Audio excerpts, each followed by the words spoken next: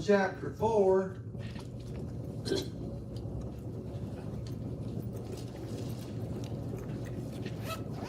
caption over my paragraph there says the parable of the four soils. That would make Leland happy. Because he don't believe in dirt, he believes in soils. But anyway, we talked about it to some degree, how the different soils, the seed was all good. The sower sowed good seed everywhere, but it was the ground or the people that received it. That's what he's talking about. Those who received the word. That's the one that made the difference. Was the receiver, not the word. The word was all good. And we talked about how he explained what the four soils meant. Four soils by the roadside, the devil just snatched the truth away from them before they ever had time to sink in. They didn't pay any attention to it. The soil of the rocky ground, why they received it, but they just didn't have any root in them. They just didn't last very long. Just got faded away. Of course, the thorny ground, they obeyed the word all right, and it was going along pretty good till the cares of the world took over, and that took God's place. The best soil was the soil that yielded 30 and 60 fold, and depending on how good the soil was.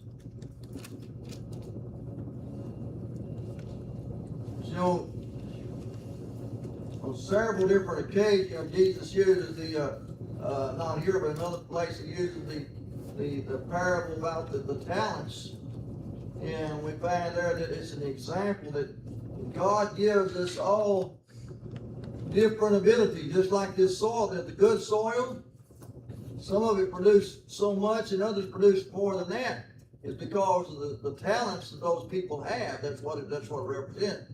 The talents that God gave them, they were able to do more than others, but still they all did as much as they could.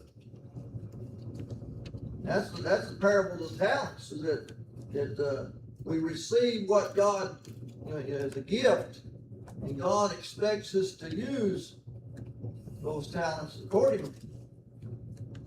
Some people have lots and lots of talent to speak. God expects them to. Others have different talents. Whatever talent you have, God expects you to use it. And that's how the church. Paul used the example of the church, just like the human body. It's full of all different kinds of members, and the members all have a different function. It's like our body. Our fingers don't have the same duty as our toes or our ears or our nose. They all have different functions. But it takes the whole body to make a complete. Have a complete body. Anyone who has a physical difficulty, like Leland, they just cut a little bit over on one toe, and he's limping around on the boot.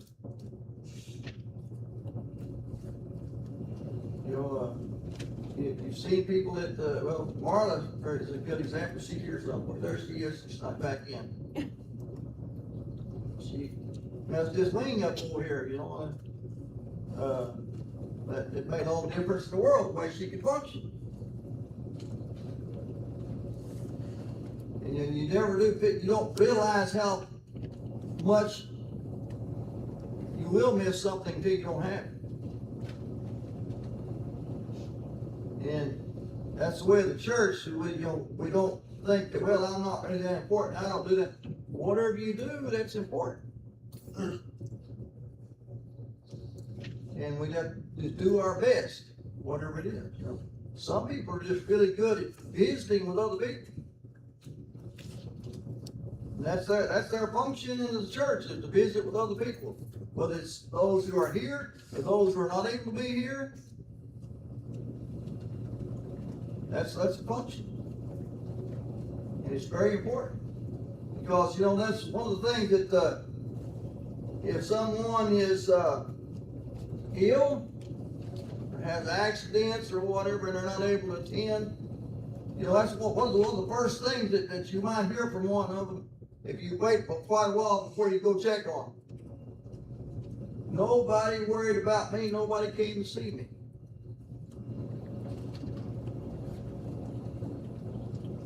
And it makes a big difference on their attitude toward the church. If people call or don't call, people comes, people brings food, whatever that you can do, but it makes a big difference in their attitude toward the church, and it makes a difference in us if we know that we've done something good. The Scripture said not to grow weary in well doing or doing well. Stay after it. Anything you can find to do good, do it.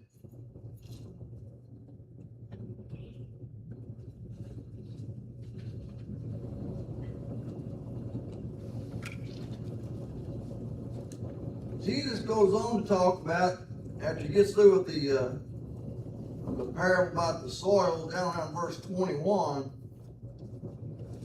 and of course he's still talking about those that had been fruitful.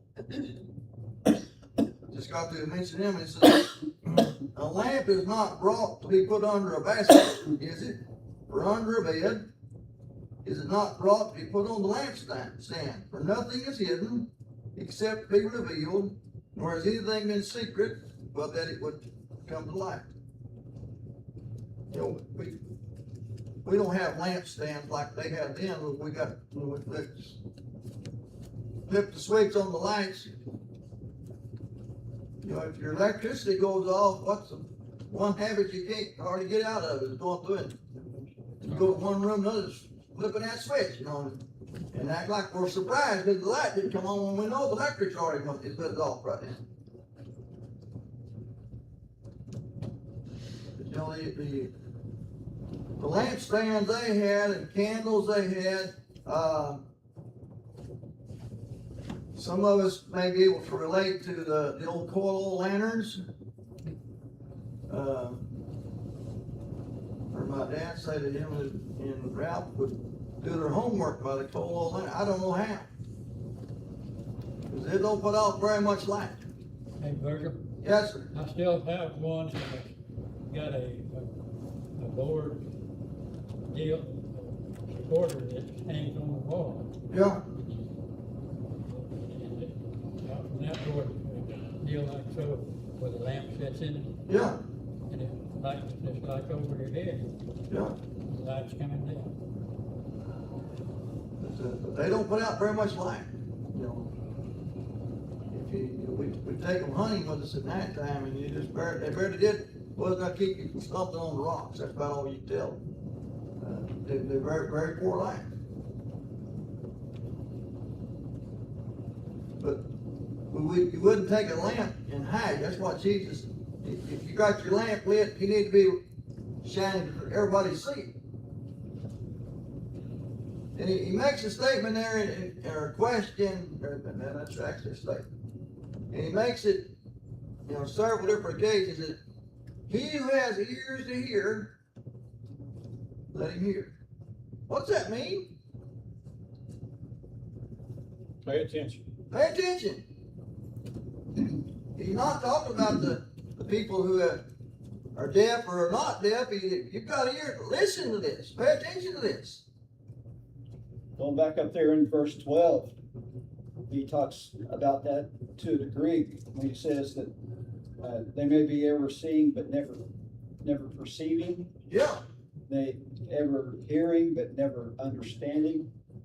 In other words, they saw what God had done among them. They heard what he said, but they really didn't respond to it, didn't pay attention to it. And the third line there in that verse says that otherwise they might turn and be forgiven. Yeah. And that was the problem among the Jews, is that they became rebellious and disobedient to God. And so there was no forgiveness. Yeah. And so, you know, it is parallel, I believe, to what he says there in verse 23. He says, you know, if you have ears, you better listen and you better pay attention. Pay attention, yeah. Anybody, Yes, see about little children that are saved already then yeah, okay, yeah. before they can reach the age of understanding. But if one of the grown-ups has no hearing, no sight, then he's like a little child. Correct. You can't teach him. If you can't, it's very difficult. You have to really be a talented person. What was it, Helen Keller, was that her name? That she couldn't hear, couldn't see, but the lady did, had a breakthrough. They thought she was crazy, and actually thought her, she didn't make speeches. She taught her how to, there was nothing wrong with her voice, because she couldn't hear anything. She couldn't see, and that'd be, I've often wondered just how did that woman, how could you learn? Because they say when we're lacking one thing, that something else helps to make up for it. It's true, yeah.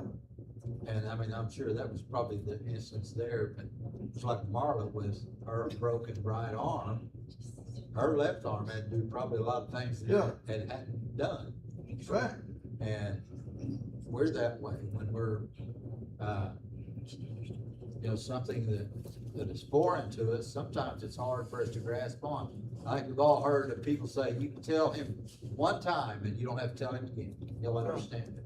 I'm not one of those people. I've got to hear it over and over sometimes before I finally get out of it what I should be getting Yeah. out. Sometimes I need to see it, Yes. or be able to read it, Right. you know. Right. Someone who cannot hear and cannot see either one is pretty rare. You know, obviously Helen Keller fell into that, but, Yes, you know, I've been around both the deaf and people who are blind, and you know, they're as perceptive and as sharp as anybody that you'll run into. And you know, the blind person will listen more intently than those who can see. right. And the deaf person can see more intently than those of us who can hear just fine. And so there've been multiple people, probably thousands, that people that were blind that became Christians, and people who were deaf who became Christians. So that doesn't mean that they're handicapped in that way. We went to school, he was several years younger than me. I'm not sure if he's the same age as Kathy or not, but anyway, he was somewhere that close. A young man, I mean, just a kid then, but anyway, he couldn't hear. There's nothing wrong with his voice, he just couldn't hear. And they sent him to a school somewhere, and for quite a while. He came back, long as he could see your face and you're talking. He could understand what you said, and he could talk back to you, but he had, because he could read lips. They taught him how that, and they taught him how to speak. That was in the days before sign language really Yeah. became a thing. And nowadays, sign language, people talk with their hands as effectively as we speak with our voices. And that's the category of people that I've been around the most. That one of my best friends was a deaf minister. He was a hearing man, but he worked with the deaf and taught a lot of deaf people and brought them to Christ. You know, this young man, they had a music teacher, one of the very few ones that could ever even actually play instruments again. And one day he brought his trumpet and he played a real high note. And they said this boy went to hollering, because it's the first thing he'd ever heard. He got high enough, he could tell it, he could hear it. And he was all excited. We read Mark 10, 13, 14. And they brought young children to him, and he should touch them, and his disciples forbid those that brought these. But when Jesus saw it, he said, much displeased, and said to them, suffer the little children to come unto me, and forbid them not, for such is the kingdom of heaven. The kingdom of heaven is like little children. That's right, you're right. We obey God. Couldn't time that any better, could he? No. That's all the little children, here you came. Doesn't the parable of the sower teach us all that we should be sowing the seed in some way? You want me now? I may not have the ability to get up and speak like Bob does, okay, to sow the seed. But, I mean, I have surely some way, if nothing else, to give money to something that is sowing the seed. Yes, You know what I'm saying? that's what I'm trying to say, only whatever talent we have, and God expects us to use it. And because it's just like our physical body, each particular member of our body has a function to do. I think it's also a point to be made that before there can be seed to be sown, there also needs to be the preparation of the soil. Okay? In other words, we can help people's hearts to be open to the word long before the seed is ever planted. If, through relationships, through service activities and that type of thing.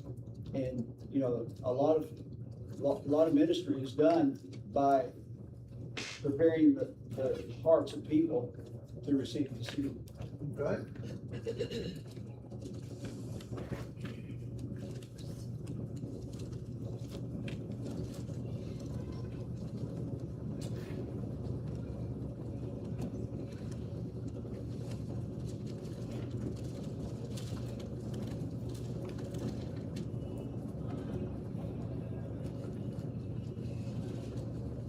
Verse 26.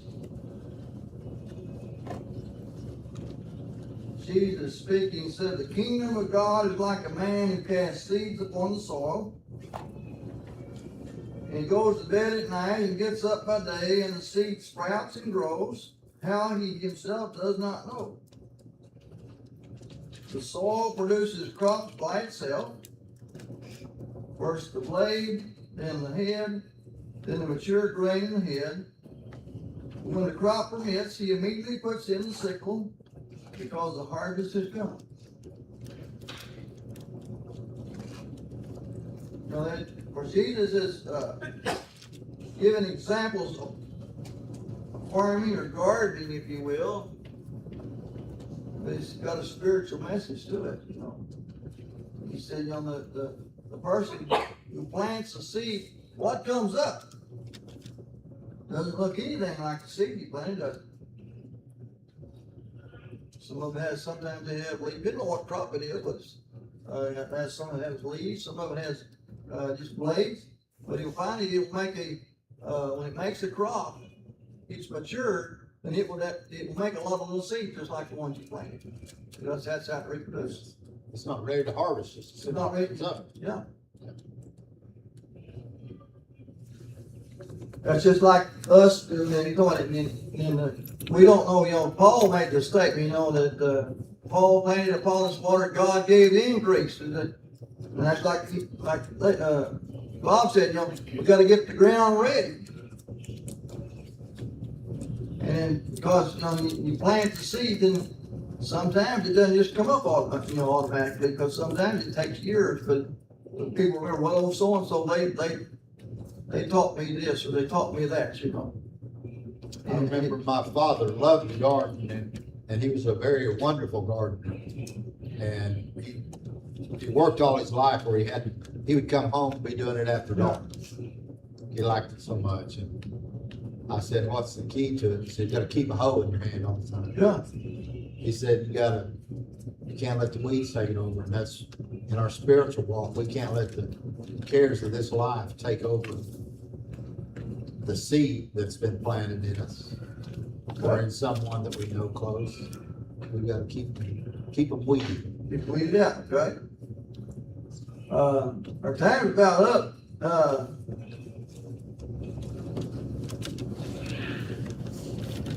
Next week is the 26th, I believe. Well, there's one announced that Virgil Stubblefield's funeral is Friday, at 1 o'clock, at the Assembly of God Church. That's what they're, but, that's one announcement.